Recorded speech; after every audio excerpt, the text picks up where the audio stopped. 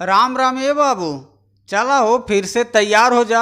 आ गईली आप सबके खातिर एगो नया गाना के अपडेट लेके। तो हमरे स्क्रीनिया पे रउआ लोगन एगो पोस्टर देख रहल बानी, जवन की भैया भोजपुरी के hit machine trending star global star जेका नाम है खेसारी लाल यादव। खेसारी लाल यादव जब जब कौनो भी गाना लेकर आवाला भोजपुरी इंडस्ट्री में, गाना तो सुपर डुपर हिट करवा ही दिहल जाला। काहे से भैया इनकर गाना मूवी कौनो भी हो गई एकदम सुपर डुपर ब्लास्ट रहाला। काहे से भैया इनकर एक्टिंग इनकर सिंगिंग एकदम काफ़ी कमाल के होला। यही मारे जवन भी गाना लेके आवाला भोजपुरी इंडस्ट्री में एकदम ब्लास्ट हो जाला।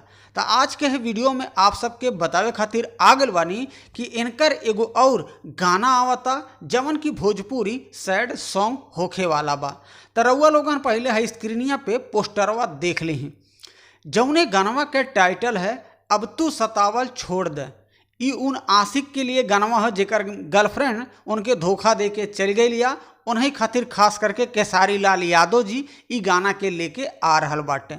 और यह वीडियो में आस्था सिंह फैट करत यानी कि डांस करत खेसारी लाल यादव जी के साथे में नजर आवे वाला बाटी। वीडियो के डायरेक्टर हैं सिद्धार्थ कुकरेजा जी और ई गानवा के जे लिखले बा कृष्णा बेदर्दी जी हमें, और म्यूजिक देले बाटे बड़े भाई आर्या शर्मा जी।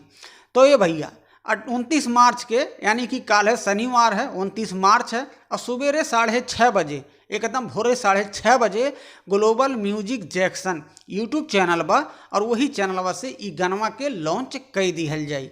तो ये भैया बनल रहा हमेशा आपके छोट भाई, हमेशा कोशिश कराला कि आप सबके खातिर नया नया गाना और आप सबके अपडेट पहुंचावे की कोशिश हमेशा करत रहे।